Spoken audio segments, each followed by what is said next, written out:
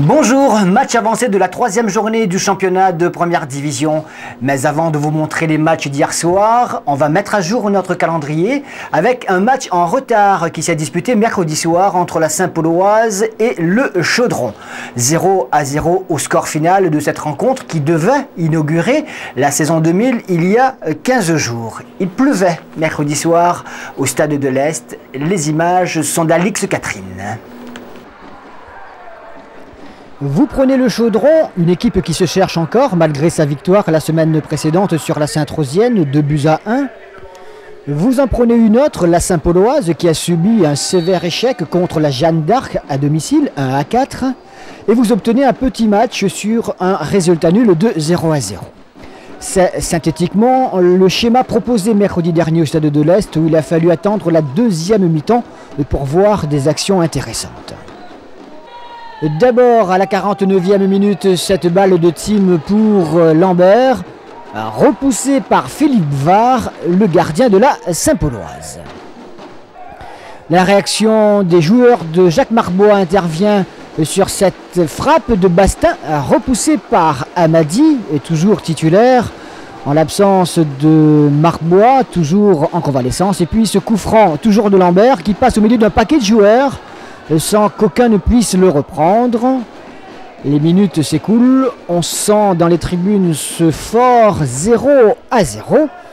Et à la 81e minute, nouveau coup franc, mais cette fois pour les Saint-Paulois. Frappe de Teddy Pedre sur une passe de Sully Francia. Et à nouveau, Amadi est à la parade.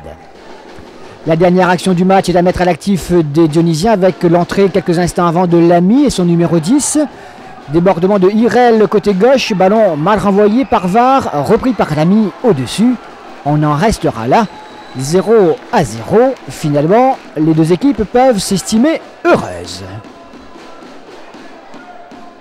C'est un très bon résultat pour le groupe dans la mesure où on ne perd pas. On ne se laisse pas trop distancer. Maintenant, c'est encore un match dans les jambes.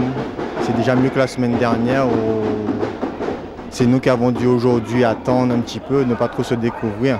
Et un résultat, je pense que c'est important pour l'équipe aujourd'hui. Ça nous permet de ne pas être trop détachés du groupe de tête. Vous aviez reçu des consignes défensives avant le coup d'envoi de la part des coachs? Pas si défensif que ça, je dirais plutôt tactique, rester bien en place, jouer bien groupé, bien compact et se faire plaisir, donner du rythme, de la vitesse au jeu. Alors la suite maintenant est peut-être un peu plus encourageante, il y a visiblement sur le papier un bon potentiel, reste à trouver la cohésion et les résultats surtout.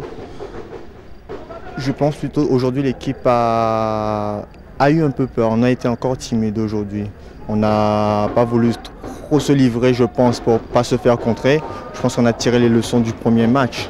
Maintenant, je pense qu'au fil des matchs, on va pouvoir plus se libérer, jouer au ballon comme on sait. Je pense qu'on a un gros volume de jeu, un gros potentiel dans cette équipe. Il y a des joueurs qui sont fantastiques techniquement. Je pense qu'ils pourront nous emmener beaucoup avec leur qualité et puis, je sais pas, leur expérience. Et Frédéric Bastin, comment il se sent dans cette équipe? Frédéric Bastin, il s'adapte. Il est très bien en ce moment, physiquement.